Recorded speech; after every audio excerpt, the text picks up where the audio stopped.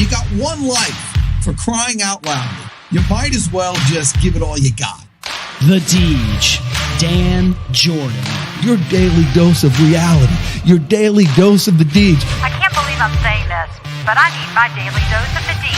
I make the news. I don't watch the news. I'm a leader. The Sales Energizer, Dan Jourdan. Listen, don't worry how to sell, baby. Worry about why people buy. And it's fun. You don't need a 5-hour energy. All you need is the Sales Energizer. Just when I think it's not going to be as fun as the one before, each one gets successfully better. What's the word I'm looking for? What's it going to take to get you into this car today, huh? And now, please welcome the Sales Energizer, Dan Jourdan. Boom! That's exactly it. Do that. Let's do that. Let's do that. You know, it's funny. It's like when that little boom, that's exactly it. I like that actually like changes my whole mindset. But that clicks me into that flips the switch for the Deej right there. You know? It's not quite the mantra. I don't watch the news. I make the news. I'm a leader.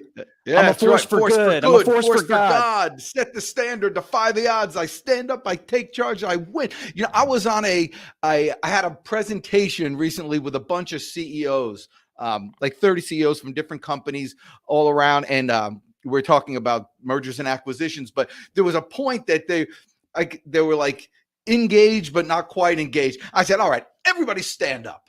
And I got everybody stand up. And I put that my mantra on the screen. And I said, you guys got to say it out loud. Yeah. And so we did. And by the time I had everybody's arm in the air, totally changed the mood of the place. It was excellent. It was really good. So it works for everybody. You know, well, I think we need the same kind of mood here in the chat. You know, the last couple shows, we've had a really active chat, and we've got one of the fastest growing consulting companies in the world, maybe. Well, I think we're going to find out. But like, you know, we need an active chat. So wherever you're joining from, on all of the tubes, the Facebook tube, the LinkedIn tube, the YouTube or the tube of Eunice, Twitter, wherever you're at, let us know where you're joining us from. And oh God, I don't know what else. What else do we want to know about the car buying public here, Dan? Yeah, I actually, if there's anybody named Eunice, I'd like you to chime in because you know nobody gets named Eunice anymore. That's a good. But if there's a Eunice, that I will send you a tube. You could actually be the tube of Eunice. All right, listen, tube of Eunice. The reason why I'm excited by this guest, I'll tell you the reason why, is because you gotta have young people in the mix. Because remember we had my nephew. Ben, remember Ben was on? Oh yeah, the youth YouTubers. Yeah, that's right. When they were just going, so he's going to be a history major, which is a good thing to know because you know you can't get that wrong. I'm actually always concerned when there's young people that go like into the marketing profession because that go to school for it because you know they're getting taught by old people who don't know squat. I mean, everything's different right now, you know? But when you're learning history, so that's why I like when you have young entrepreneurial types that are out there trying to find their way, and there's no saying no to them. And so let's bring him up right now. He's got a really cool name. Anytime you can talk to a guy named Seamus, you bring him on. So without further ado, my new friend Seamus Ruiz-Earle. Woo! Let's go. Great to be here, guys. Look at that. You see, we told him that he had to raise his arms, but we didn't tell him about the woo. He added that in himself. You see, there's creativity. That's the history major IQ points coming through there, Dan. That's the history major. Were you a history major? I absolutely was. History and economics. Oh my gosh. I was talking about my nephew, but that's cool. I love that you know history because that's something that you can't get wrong. You know, I mean, it happened. You know, so you go from there. There's certainly an argument to be made that a lot of them got it wrong, but that's a different thing altogether, I suppose. Right, but they got it wrong, and we can learn from it, so we know what it is. So you can get it. There's a lot more factual stuff that you could glean from the past than you can from trying to predict the future. So that's all. So let me ask you this: you start now that you took me on this tangent. By the way, Seamus, like old English name, Ruiz, South American name, Earl could be my neighbor. Where are you from? Yeah, no. So I'm half Spanish, half Irish, right? So Seamus comes from Ireland. Yeah. The Ruiz comes from Spanish background, and I grew up in Silicon Valley. So best of three cultures, I suppose. Yeah, or you're just all screwed up. So one of the two. Yeah. You got everything going on there. Still to be told. Yeah, I used to know a guy named Vinny Hennessy, and it was Italian, Irish. It was like perfect, So you and Vinny Hennessy are related. All right. So you back to the history thing. How has being a history major helped you in going into this consultative IT world that you're in? Well, at the end of the day, history teaches us a couple of things. One is failures try not to repeat, right? So I studied, one of my specialties was the Gilded Age and the rise of industry in America. And there's a lot of lessons to be learned from the folks like JP Morgan and Vanderbilt and the Astors and all of those folks who both lost fortunes and gained fortunes through times of upheaval that, mirror in many ways what we just went through in terms of a global pandemic and global unrest. And so there's lots to be learned, from the cyclical nature of history. I think the other piece that I certainly took away from that is that people ultimately make decisions and are governed by their wallets. And I think that may sound like a fairly simple thing, but when people are making personal buying decisions, they're governed by their wallets. And when they're making company buying decisions, they're spending their company's money. So it's a fundamentally different type of buying process. And I think recognizing that, certainly at a young age, has helped me to kind of, springboard my career ahead of where it might have been had I not had that experience beforehand. That is brilliant. How did you not mention Carnegie and Rockefeller in those names? They're right there. Saving that for later in the show. God. Yeah, you gotta hold something back, Dan. JP Morgan needed someone to buy. They had to work some deals together. But you're absolutely right, and people are always looking in their own self-interests in any situation, and so and a lot of that, it has to do with money, but a lot of it's not money. So similarly to those people you were talking about in the railroad tycoons and things like that, when money's not an issue, and some of those people it just wasn't, what are the other kind of triggers that would that provide value for that person, where money may not be the main thing? Because people without money generally, why does my alarm keep going off? How do I stop this? Stop. People that don't have money think that everybody wants it because they want it. They think everybody wants it, and that's the one trigger. But people who have a lot of loot are looking for something else. What are some of those other things that people find value in? I think that there's twofold. In a personal sense, I certainly tend to value experience over cash.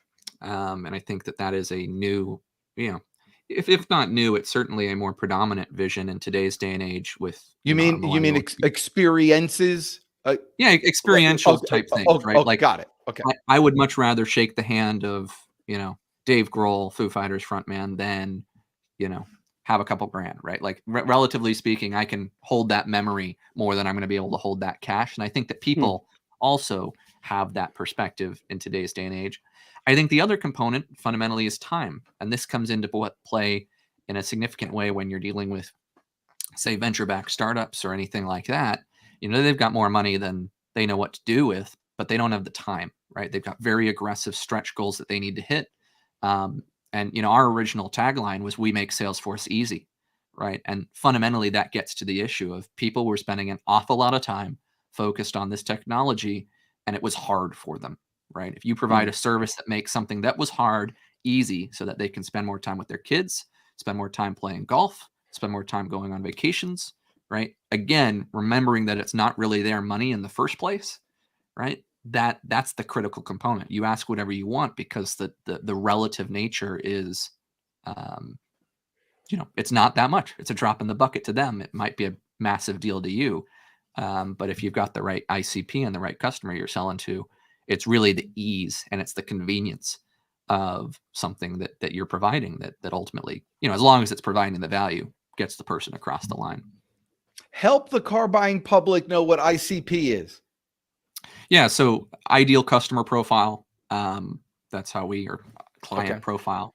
Right? Thank God, because I thought it was in insane clown posse for a second. Yeah. I thought, oh no, we don't have somebody that's an insane clown posse fan here, do we? Yeah, Because, no. Yeah. Ringling Brothers was a Salesforce customer at one point. They would have fit the hey, there you go. the ICP there. 1 degree of separation. Excellent. Yeah. Well, that's actually great. So Ringling Brothers, obviously in Barnum and Bailey, so they were the competitors there. So Barnum wanted to buy Ringling Brothers at one time, and they they didn't at the time. And greatest story ever for promotion. So Ringling Brothers printed the letter that Barnum wrote to them saying that they wanted to buy them with the tagline, wanting it, some cool tagline anyway, just saying, we're so good, even Barnum wants to buy us.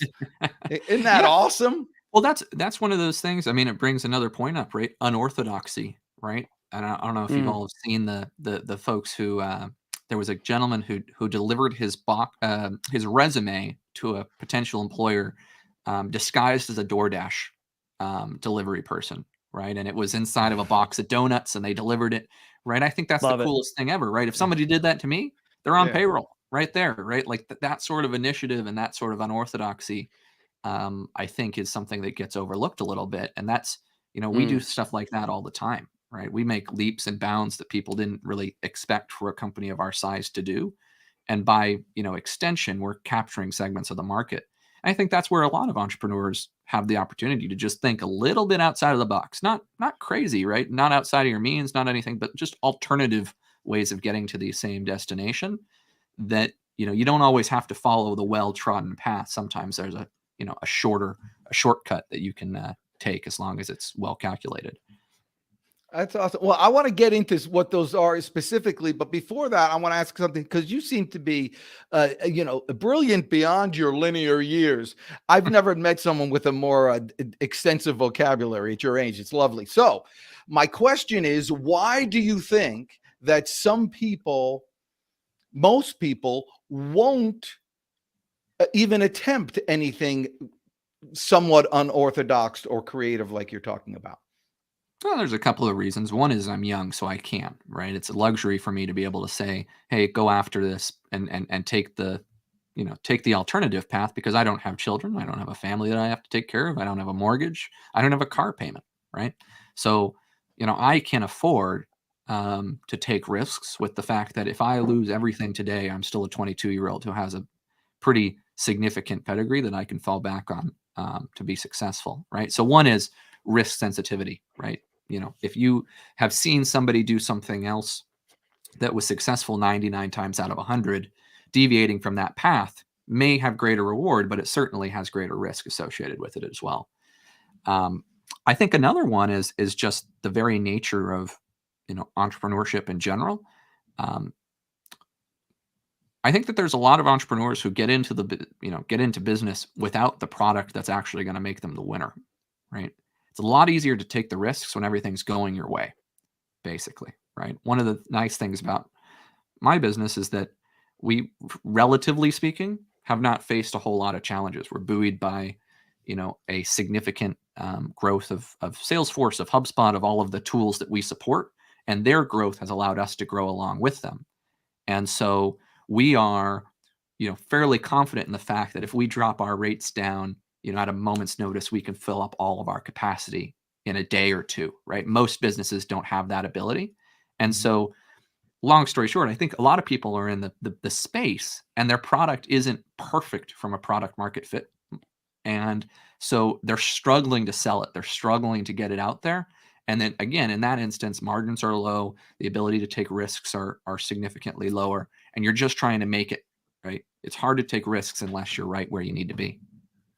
Well, so give me an idea what some of those unorthodox risks are, because I don't know that they're all that expensive. In fact, a lot of times they're less expensive than going a traditional route of traditional marketing. Yeah, so two risks that I would highlight for me personally. One is that I have an extensive team of students who work as interns, right? I started doing this work when I was 17. I'm unique, but I'm not, one of a kind. There are folks out there who are driven, who want to be in your organizations, who frankly are going to be the leaders of tomorrow. And you can get them at a bargain rate today if you're willing to take a flyer on them, right? 15 to 20 bucks an hour as a student is a pretty damn good wage.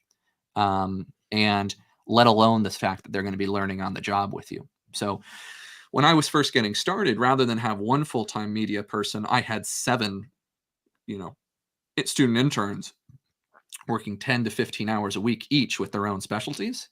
And while I had to coordinate those folks, it was still less than a full-time person, right? And we had a graphic designer, a web designer, a journalist, a copywriter, a podcast person, a YouTube person, right? Like we had it all. And these were smart people, right? These are people who very well could run their own companies someday, but I got there early, so I got the growth equity out of them, right? And that's something that a lot of people wonderful. So for the people watching, I just got to interrupt for a second. Yeah. That's not, you said it was unique for you, but that's not a unique situation for anybody. You can go to any college around, find those same people and copy what you did. Except that it takes people out of their comfort zone, right? It's a risk. It's still, hey, I don't know how these people are going to perform. I don't know, what do you judge off of when their resume includes, grocer and, bag person and washing cars, right? Are you going to take the flyer on them? Are you going to spend the 3 months to spin them up and figure out that they're not really that good, right? Like that's what I mean. And that it's not a sure bet. And so when folks are so focused on growth and they're trying to make it happen and they're going from dollar to dollar, they don't want to waste the time or the energy or the money, even though there's that potential payoff in the end. Right? Nifty. Well, so I got to ask, what the heck do you guys do anyhow? Yeah, so we do something called RevOps-as-a-Service, right? And revenue operations is this growing term, but effectively what it means is we look at sales, customer success, and marketing, and all of the technologies that each of those functions are using inside of a business. And we really take the through line of tactics, making sure that it's all working well and that working together, breaking down data silos, and we combine it with strategy about how to go to market, what your customer journey is, where those key inflection points are. And we really try to provide that CRO level of expertise complete with the hands-on keyboard work that folks need. So we're both in the weeds and, flying in the sky at the same time. Give me an example of what the hands-on key work is. Yeah, so anything that has to do with Salesforce or HubSpot, and any of the associated technologies, right? So, hey, I want to pull a report, or I want to integrate with MailChimp, or I want to, buy, an accounting software and have it integrate with my HubSpot team or something like that, right? So we do all of that work. That's excellent. And is that on a kind of monthly retainer thing or an hourly thing? Yeah, it's actually on a weekly retainer. So we say, hey, weekly it's retainer 10 hours, 10 hours a week, 15 hours a week, 20 hours a week. And we come in and we act as members of your team. We get to know you, the business. We work exclusively on an annual contract. That's another thing we kind of did that was a little bit risky, that we said, hey, we're not interested in project work, right? Mm-hmm. We want, I'm in this business because I get to work with interesting businesses and ultimately propel them forward. And I can't do that in a, just fixing one problem. I want to help transform your business trajectory. And so we only commit to people for a year or more. And so we get in there, learn the business, really get our teeth into it. And then we can advise about, hey, you're trying to go from 3 million in recurring revenue up to 9. What, this year, what are those key inflection points and how do we support you in order to get there? Yes. And what about companies longstanding companies, successful companies, a manufacturing firm that's been around a while, been doing business through referrals forever, but kind of sees the writing on the wall that the more competition that comes. So anyway, they're almost starting from zero. Can you help a company like that? We absolutely can. I think that's the thing about technology today, is that some of the most successful businesses in the ecosystem, manufacturing, textiles, digital tech, hard tech, semiconductors, right? All of these industries have the opportunity to not just be disruptive in their space, but be extraordinarily efficient, right? If you can do the same thing, let's say you're a company of 20 people, right? And right now you're acting like a company of 20 people because you have no technology to support you.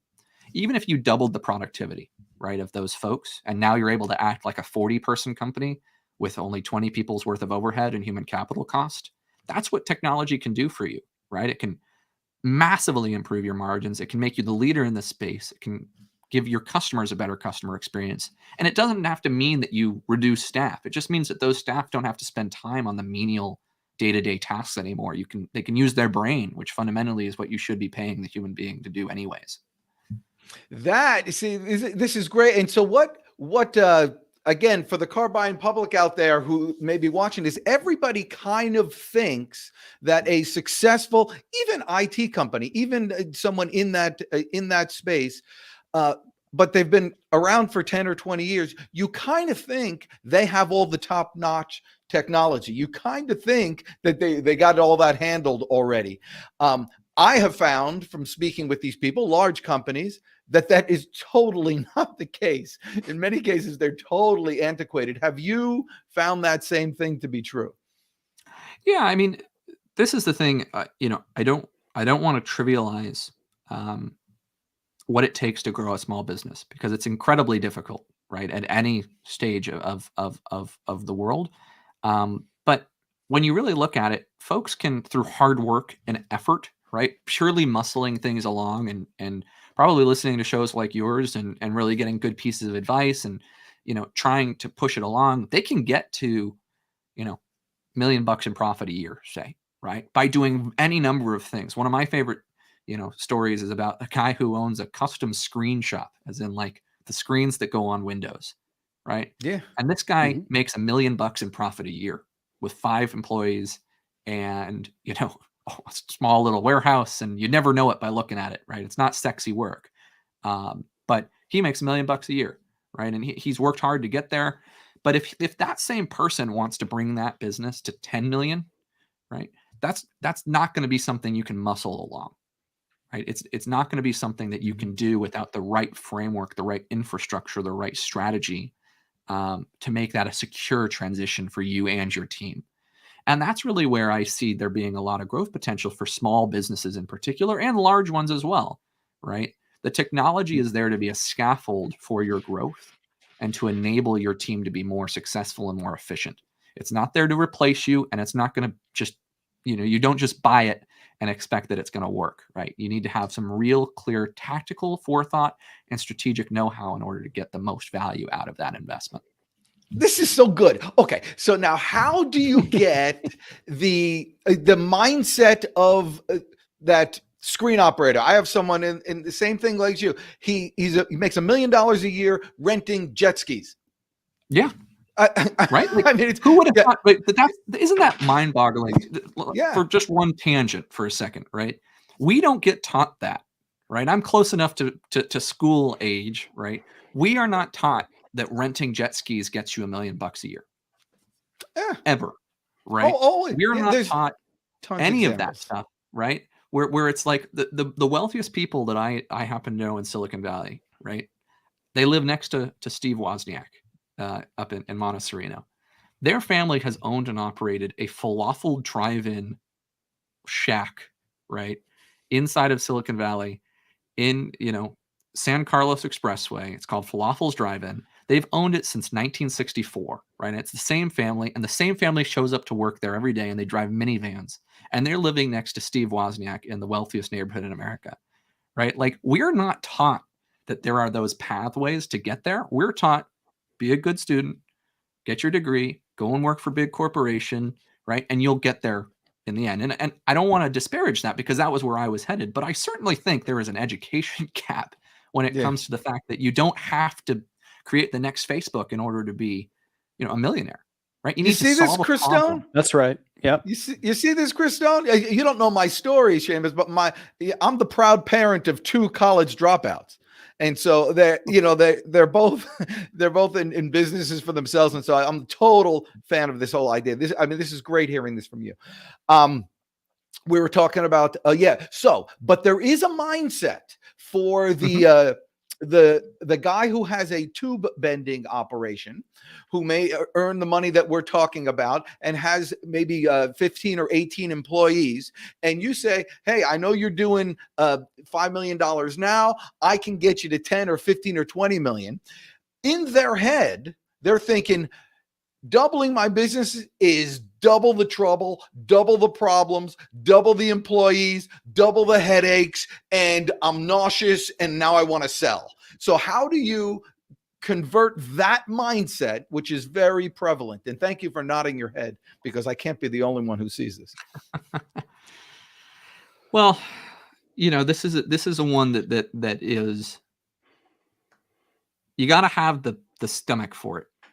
All right, we've gone from 0 to 40 people in 18 months, entirely self-funded by a 22-year-old, right? So 1 month's profit goes into the next month's growth, right? And that's how we've managed to fuel this. It has been a wild ride. And one of the things that I've learned from that process is that growth fundamentally is not for everyone. And that's okay, right? That fundamentally is okay. There was a time months and months and months ago where I should have just stopped, or I could have just stopped and had a very, very successful business and left it there. What kept you going? Sorry to interrupt. I'm curious. I think it's a little bit of pride, a little bit of hubris, a little bit of the fact that, if this goes well, I have a couple years here to try and grow this and become, the world's youngest self-made billionaire, right? Like I truly believe that this idea and this concept and the way we're approaching it is of that level. And I think that realistically, right, that the concept is, even if it fails, right, I start over again and I can replicate it fairly quickly. Yeah, and like you mentioned earlier, your risk is as compared to someone like myself who has a family. If nothing else, you'll have wonderful stories to tell of your massive failures that have led to something else that's very successful. Well, right? I mean, I bet you've already had offers. Oh yeah. So I mean, people want to grab onto that type of thing, especially you're dealing with the venture capital people that you're talking with. Now, I'm talking about other people who have software companies similar to yours, who want to sell into, the marketing of, marketing companies that want to sell into the same companies that you're selling into. But their pushback is constantly, I don't think I can grow. We are at capacity. How do you overcome that? Where you think about it from the perspective of change the definition of capacity. That's what technology does, right? In all of our businesses traditionally, unless it's a software-based business, right? It's a human capital dependency. That's the weak link, and particularly in an industry right now where it is a employee market rather than an employer's market, right? Finding people and getting them on board and keeping them is really challenging, right? And so maybe the secret is, don't focus on the growth, focus on the efficiencies, and don't focus on doubling, focus on increasing your margin by 10 points, right? If you can install a technology platform that increases your margin by 10 points, what does that mean to you? And the example before, it means an extra 100 grand in your pocket, right? Is 100 grand worth going down this path, particularly if it, compounds over a course of several years? Probably. Right? Then we can start talking about the fact that for most people, this is a nest egg situation, and they're going to sell it. And that when you do sell a business, data, cleanliness, and process actually increases your multiple by 2 to 3x if you're dealing with a private equity firm. So then you're talking about the fact that it's a future-based investment as well, not just one that's, focused on the current. And then finally, you talk about the employee retention component, right? If I'm sitting there, one of my first jobs was data crunching, right? Going through Excel sheets and cleaning up Salesforce record by record. This is not an enjoyable process, I can tell you, right? It's not something that makes you roll out of bed every day and say, gosh, I'm going to change the fate of this company today, right? And as a result, I didn't stay there that long, right? And that in and of itself is also going to be a component. If you can make your employees feel like they're valued and that you're investing in them through technology systems, they are going to want to stick with you a lot longer because they're going to be more impactful in their roles. And it's more important now more than ever, right? Because of company culture. Do you feel like that mindset helps mitigate sort of the fear that a lot of people get in when they're like things are like ramping up and you're month to month, week to week, bills, hiring people, all of that just like can make some people just twist right out of doing that kind of stuff. What's the kind of thinking and mindset when you're going through that? Because you're going through that same stuff, but so many people are so afraid that they spin out. Well, I think keeping it under control is an important component, right? Fundamentally, you gotta know your limitations and you gotta know your margins. I will say, truthfully, right? We have been somewhat Icarusian, in our Dan growth. has no idea who Icarus is. The guy who flies to the too sun, close to right? the sun. Yep. Right. And you fall. I was right? thinking of the other guy who pushed the boulder up. That's Sisyphus. Yeah. Anyway, My favorite Iron Maiden song, by the way, That's Flight right, of yeah. Icarus. That Icarus thing, right? Of, hey, you get too big for your britches, right? Mhm. You don't have to grow that aggressively in order to make your business better, right? You need to grow a little bit. And that's not something that any VC or private equity firm, right? Obviously, we deal in SaaS a lot where it's, hey, we're going from 10 to 150 people this year, and we've got $10 million behind us to do that. That's not the situation we're talking about. We're talking about the mom and pop shop in Wisconsin who have a niche market that they can expand in. You need to add one person a quarter, two persons a quarter, right? That's manageable growth with any healthy margins. And optimize, again, through that use of technology so that those two people will feel like 4 or 5 when combined with the fact that you have a much more efficient workforce that you already have there. That's the piece that I think growth doesn't need to be scary inherently. It is scary because of all the things people are, saying that are associated with it, which, isn't always the case. It doesn't need to be that way. Unbelievable. All right. So you tell us your story. How did you get into this? So I started at 17. I wanted to be an investment banker. So I cold called 25 investment banks. They all said about the same thing. You're 17. The SEC would have our hides if we had you in our finances, right? Number 26 said, hey, we appreciate the fact that you called all of these investment banks before us. I may have been a little bit frustrated on the phone call. And they said, that is true, right? There are laws about you working in our organization, but there's this thing called Salesforce, and we need somebody to move us from the classic version of Salesforce over to Lightning. If you go and you teach yourself Salesforce, next summer we'll give you a job. And so that's what I did. I went into my college dorm room. I taught myself Salesforce over the next, 6 months or so. I had my, Netflix on one screen, Salesforce Trailhead on the other, and I really taught myself all those things. Fast forward 6 months from that point, I'm working at the bank. I ended up getting invited to speak at Dreamforce that year in front of 100,000 people at the age of 18. And I was very truly hooked in sort of the culture of Salesforce. It's the biggest technology that you never hear about until after you graduate out of school. It's as ubiquitous as Word and Excel, and it's growing at an incredibly fast pace. And so I went down the consulting path, and I worked full time while I was in college with a whole bunch of different clients. And then I was going to go and work for Deloitte in their Salesforce practice. Thought it was a great company. Remember, I said I was going to be that career-focused person, corporate culture, everything. I wanted to be there for 40 years. March of 2020, pandemic hits, right? I get sent home from school. The offer gets delayed by 9 months. So I could have stuck with it and started there in January of 2021. But as you may imagine, my personality doesn't allow me to sit still for that long. And so I kept the clients I had. I expanded the practice. I hired 2 more employees. And then at that point, the economics made sense for, okay, what's the worst that can happen? Let's jump into this. And Best thing, that pandemic was the best thing to ever happen to you. That's why there's opportunity in everything. I'm telling you, it was great. I'm so happy for you. That's terrific. and then you've grown from there. So your challenge right now is grow. So what is your challenge right now? Cash flow, as it is with any growing business, right? It's Do you need if you've more got customers? We'll always take more customers, right? And that is, we love working with people. The challenge is that when we do, I've got $500,000 in payables out there, right? Invoices that need to be to give me money, and I need to, in order to meet demand, I need to bring on 3 or 4 more people, and I got to pay those people. And so those invoices need to come in order for me to pay, because we've been growing so fast that that's the situation. Most startups in our position with millions of dollars in recurring revenue go to the market and they get a couple $1,000,000 from a venture capital firm or private equity firm, and they don't need to worry about it. Because of my convictions and the fact that I do think that we can do this and grow it and be successful without external support, we haven't done that.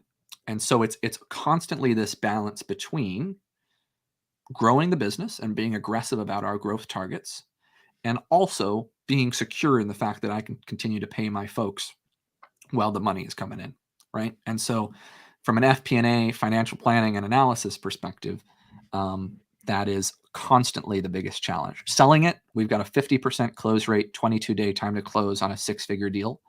It's unheard of numbers. That's not the challenge. It's really just managing how fast can we grow, how well can we grow in order to make sure that our clients are continuing to be served well. And that stuff a little bit more challenging to solve, right? You want to keep a pretty close pulse on. The thing is, this is the balance, because you could just go ahead and get a line of credit without taking on an investor. You can get a line of credit pretty easily, I imagine. You would think that, right? We haven't been in business 2 years, and you're dealing with a 22-year-old CEO and founder without a whole lot of credit history, right? Yeah. So oddly enough, Wells Fargo gave me, funnily enough, a $15,000 line of credit on a $4 million recurring revenue stream at that stage, right? Yeah, well, it might be slightly higher rates, and it might be through private, but you can get that. You can get that line of credit. But then again, once you have that cushion, you're 20. You've mentioned your age several times. You haven't been through certain things, but when you have that cushion, the question is, are you going to lay off the gas? Right now you're humming and going hard. Are you going to stay as hungry once you have that cushion? Your personality is one that only you can decide that, but you never really know. No, you really don't, right? Are you going to get bored without the constant threat of destruction or what? I don't know. Maybe a little bit. And you got a girlfriend? You got a girlfriend? No, sir. No time. Yeah, see, that'll screw you up too. Yeah, see, that'll screw you up also. You don't know what's going on. What do you do for fun, Seamus? Besides, listen to the Foo Fighters. Yeah, besides listening to the Foo Fighters. So we actually, the current funness, and this is one of those unorthodox things, we actually bought a luxury suite at SAP Center in San Jose for the next 2 or 3 years.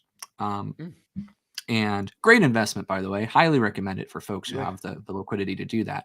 But I have been at SAP Center 3 days out of the week for the last 6 or 7 weeks, watching Justin Bieber, Dua Lipa, hockey games, and Bad Bunny, like anybody you can imagine who's coming through, hosting people. So right now, my for fun stuff is going and having a good time with potential customers and prospects in our company box.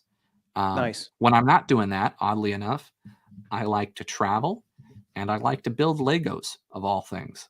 Oh, excellent. It's soothing for me.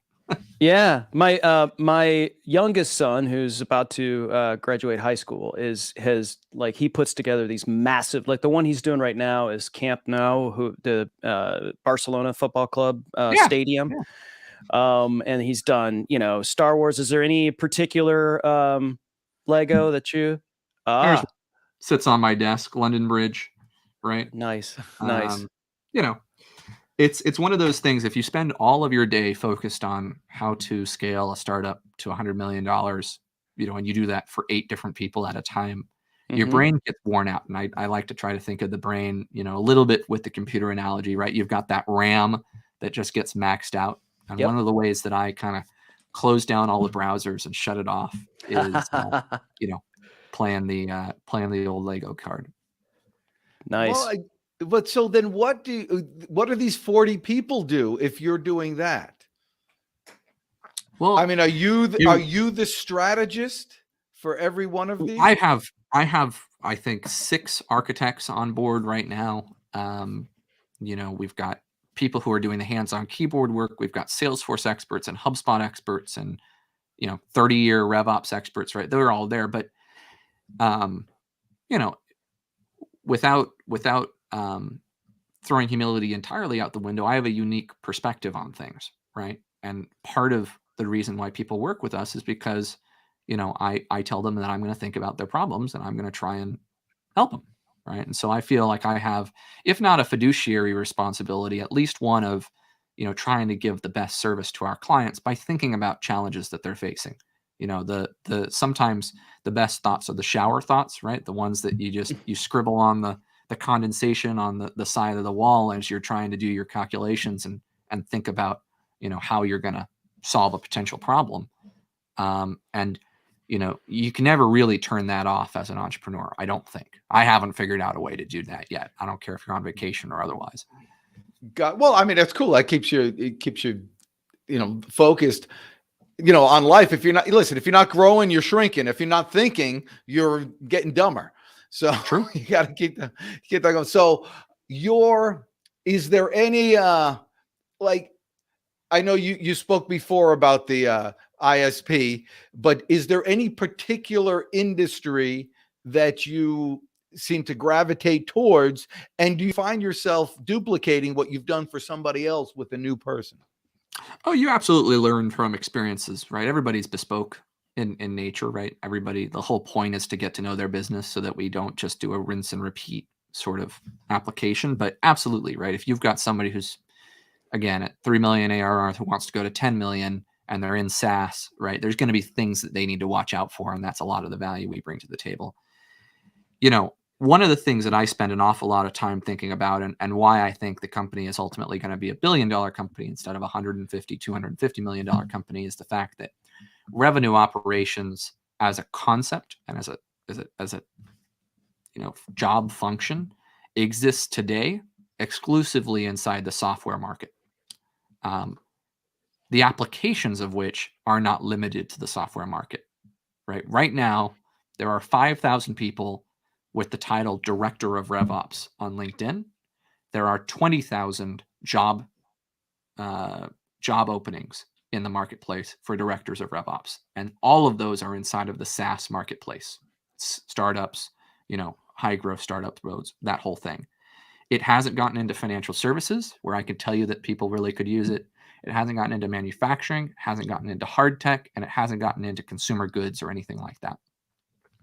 When it jumps, right? And who knows when that will be, right? When the rest of the economy wakes up to the fact that this is a job function, we're going to be facing one of the most incredible sort of supply and demand inequilibriums that we have from an economic perspective, because there aren't a lot of people who do what we do.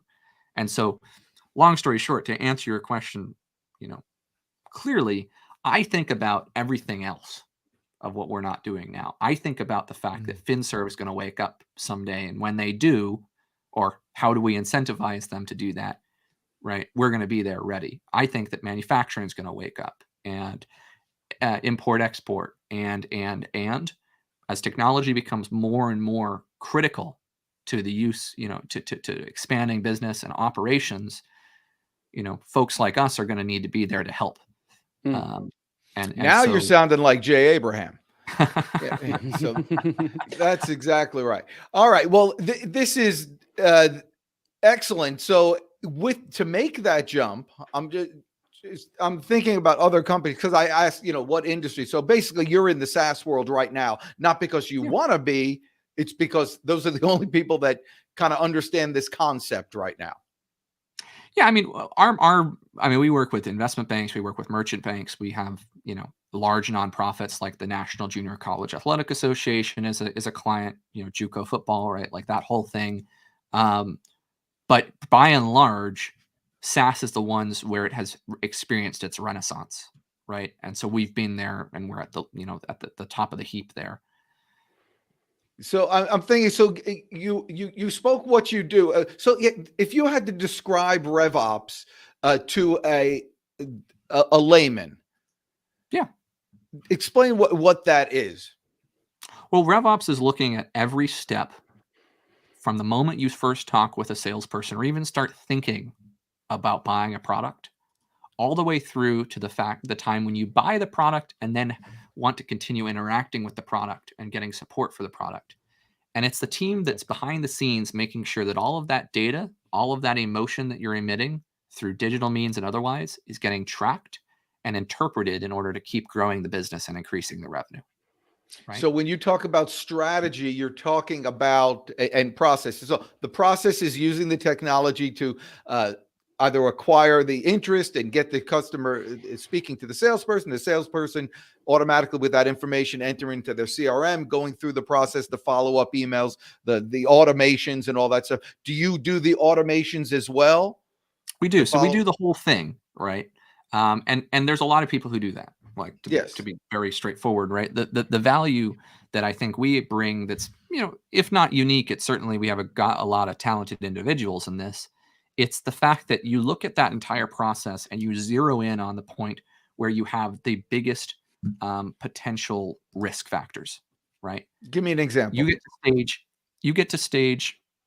Let's say that you're selling the pipe for copper piping for for contractors or something, right? And you get an awful lot of people in the first two stages of your process. They find you, that's stage one, and then they call you, that's stage two. But for some reason, between stage 2 and stage 3 of them actually coming into the store and picking out the copper piping, you're seeing a 50% drop off or an 80% drop off, something like that, right? First of all, you won't know that unless you have a system to track it, right? And second of all, if the system isn't well configured, you're not going to know the numbers with any degree of certainty. So we solve those two things first, and then we interpret the data and we say, okay, that right there is a problem, right? That right there, if you're able to reduce that by half, your business doubles, right? What can we do to work through that? And that's where the strategists kick in. Maybe it's, hey, we're going to send you a small pack that costs $1 to produce, right? We're going to send that to every contractor in the area. And this way they don't have to come into the store. They can see it right there. And you send them a new packet every 2 months or 3 months, right? And you think more strategically about how you're going to market and what your buying path is to make it the most optimum that it can be. Wonderful. Yes. Do you feel like a lot of these businesses, I'm sorry, Dan, you feel like a lot of these businesses, like they'll do Salesforce or whatever CRM, and they have all these analytics, but I think the key component is someone else from a different is pouring through it, applying experience maybe from other companies and other things, kind of saying, well, this is what we're seeing. You may not be seeing it. And so like, to me, I think that, do you consider that the most valuable component of what you guys do? Not just the hard skills of how to, put together a whole funnel of this, that, or the other. It's actually going, we see this in your weeds that you can't see. This is a problem for you. Here's what we look to do to solve it. I think that there's two components. One is the first half of what we do, the tactics. You can learn in 2 years if you commit the time to actually knowing how to build things. Then it's the experience. The thing that you can't replace is the experience, right? And that's when you know why to build it this way, right? As opposed to any number of the 4 other ways that you could build it, right? And that's where, first of all, people don't want to spend the 2 years to learn. So that's oftentimes why we get engaged. But broadly speaking, one of the best things that I've got at my disposal is a board of advisors, right? That I go to with critical business issues that aren't in the day-to-day, weeds of the business. Right. Fundamentally, they don't know what we're doing. They know what we're doing, but they don't know the ins and outs. They're far enough removed to be a neutral arbiter. Right. When we go into an organization, we're on an annual contract, and we know that our tenure over that year is to be disruptive and to try and expand business. Right. Which means that the only horse we have in the race is giving them the best advice that they can get, whether that's uncomfortable or not. Right. And It's hard as someone who's grown a business, who's emotionally invested in that business, to be truly neutral and abstract about it, right? Because you can't remove yourself from the hard work, the hours and hours and hours and hours of work that you put into that one failed initiative that no one's going to tell you has failed because it's your baby, right? It's really, really challenging to do that, right? The level of introspection that you need in order for that to work is incredibly challenging. I have the same exact thing, right, in my business. And that's why I need people on the outside telling me, hey, that one's a stinker, right? And at the very least, then you're being told. And if you're not going to make the decision then, chances are good it's going to ruminate and ruminate and ruminate. And then 6 months from then, you'll be able to make that decision once you've removed yourself emotionally from it, right? Beautiful. Jerry has a question. Chris Stone. There we go. How are you tracking the emotion? Responses with chatbots or AI? It's a great question. There's a couple of ways that you can do this. One is that there's these crazy technologies out there now that legitimately analyze people's typing pattern and tell you a little bit about what they're thinking, right? And then you combine that. So you use the chatbots to get that. You use a tool called Gong. Gong is, voice intelligence, right? Analyzing people's vocal patterns. That's going to give you some insight. And then ultimately, if you've got good sales reps, you trust the sales rep to a degree, and you take a qualitative look at it and you say, what do you think this person's feeling right now? Right? And you combine data with the human component, and that's going to give you a better chance than not of having a good idea of the emotional element, right? That's the simple answer. Yeah. So you're using that, and you do that for companies. So the company doesn't have to deal with it. The biggest challenge, a company can buy the same, and I tell this about salespeople. In terms of sales consulting, I'm like, man, you're a sales army of one. You can get all the technology. You can get your own CRM. You can get your own, leads. You can get your own. They have all these different. You get the same thing that anybody else can get. The question is whether or not you use it, and you always get caught up in the day to day, and you'll wind up not using the tools that you have. So you, as a third party, takes care of that for people. We guide people on the path, right? Yes. Fundamentally, we're not going to make the decisions for you. Let me be clear about that. You, as the business product owner, whether you're a VP of sales or a CEO, founder, or even a business analyst who's been tasked with this initiative, right? You're where the buck stops, right? We're there like a financial advisor in many respects to give you the best recommendations and allow you to make the decision and then tell us what to do, right? And I will say that the engagements where we have failed, and we have failed before, right? It's where we did not designate a clear decision maker inside of an organization who ultimately was driving the project forward and could answer critical questions about how we were supposed to set things up and how we wanted to set them up that way. And, the questions about the business that are ultimately critical, right? You can't just install technology and expect for it to make a massive difference in your company. You got to have it so that it's tailored to you. And that's what a lot of these sales tech companies aren't going to tell you, is that it's not just take it out of the box and use it, right? Right. It needs some customization. So Jerry's got a follow-up question. This is actually really good. I'd love to hear how you've handled these objections before. Sure. I'm listening to an impressive talent in Seamus. Now he wants to bring in school kids to advise my company, and they've not been out there to understand the business. How do you get over the objection that you may not, or in their opinion, you don't have the experience? Well, there's a couple of things that I require. So there are industry certifications that exist out there, particularly in Salesforce, and they're called Salesforce certifications, and you have to sit for an exam, and it's a knowledge check, right? And fundamentally in the industry, if you have the certification, you're just as qualified as the other folks. So we require that anybody who works on anything client-facing to be in and to be certified as a Salesforce professional. So that's one thing, is that we know they have a baseline of knowledge. The other component is that they're never the only people working, right? That data work that I was talking about before, cleaning up the Excel sheets. To be clear, the students are doing that sort of work, right? But that's the kind of work that if you were working with a consultant like myself, I'd be charging you an arm and a leg to do, and it's not necessary, right? We have students who want to get the experience, and they're willing to be there. And the last piece is more so philosophical about what do we see the potential energy or the potential of these students actually being, right? To be clear, I'm not saying grab a student from the crowd, place them in front of a client and say, go. That's not what I'm saying. I'm saying take a 17-year-old, have them work with you part-time for the 5 years from then that they're going to be in college.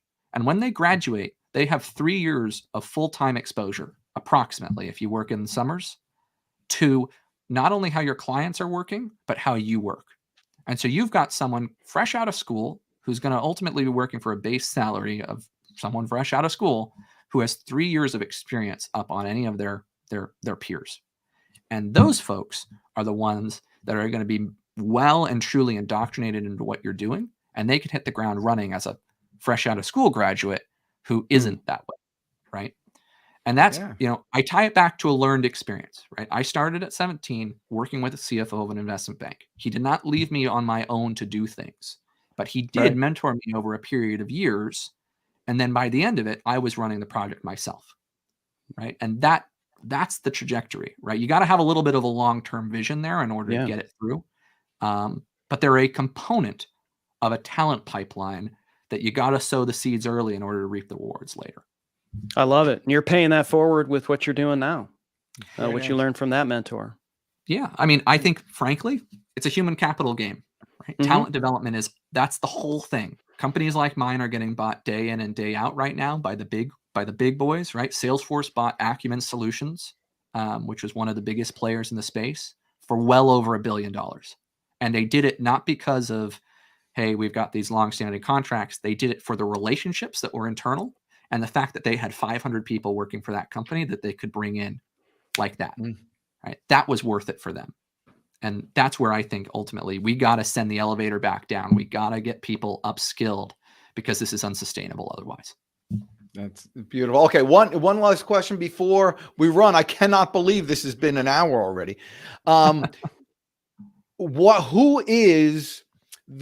What size or where does a company need to be a good prospect for you? You don't seem like you want a startup. You want I'm assuming you want someone who's muscled through a certain amount and reached a certain level before you could do the best work for them. Is that right? Yeah.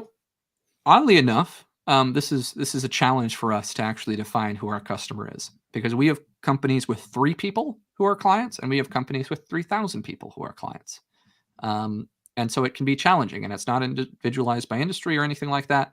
One thing that I will say is that our service is a 6-figure contract for a year. So it's equivalent to hiring a person, right? So that's one thing to keep in mind. You got to have liquidable income. And the other is you got to believe in partnership, right? Those are the 2 things that we talk about because, it's not a project. You may have problems you want solved, and we're going to solve those. But we're not a problem only team that's just an order taker. We want to be invested in the process along with you. And if that's the case, it can be a 15-person company, like I said, 5,000-person company in any industry. We've got people across nonprofit and manufacturing and in every area of the country right now who work with us. And it's really mindset and budget that ultimately. So they need to have a partner mindset and the ability to spend $125,000 or so for an employee, but instead of hiring that employee, give it to you. Yep, exactly. That sounds like a sales pitch, my friend. That's perfect. Seamus, I can't tell you how glad I am that Chris Stone talked me into interviewing you. It was up to, he said, let's get somebody with a name that I can't pronounce and put it up there. He was calling you the craziest things before the show, but I don't doubt it. I don't doubt it. I've played soccer for 15 years, Dan, and part of doing that is the announcer has to read off your name. And I will tell you, awesome. I have never had anyone read my name off correctly off the screen. So you're in good company. Oh, that's terrific. And I want to tell you, just on a personal note, you kept your eyes on the camera the entire time, not looking at your face. I mean, you are money. Next time we're going to see you, it's going to be on like Good Morning America or something like that. You are a winner from day one. I feel smarter having spoken to you today. So thank you. And well, I wish I'll say the same, Dan. I appreciate it. Okay, well, I was one of Chris Stone once again. I mean, the world-class producer.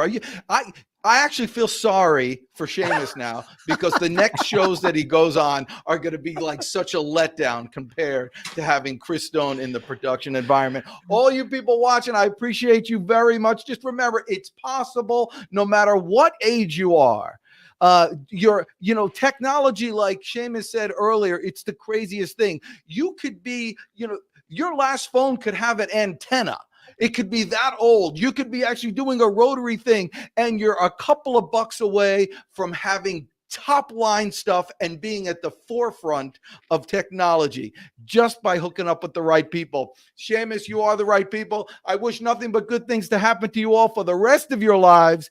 Eat well, live long, and prosper. Seamus, stick around for a couple minutes after this and go get them today.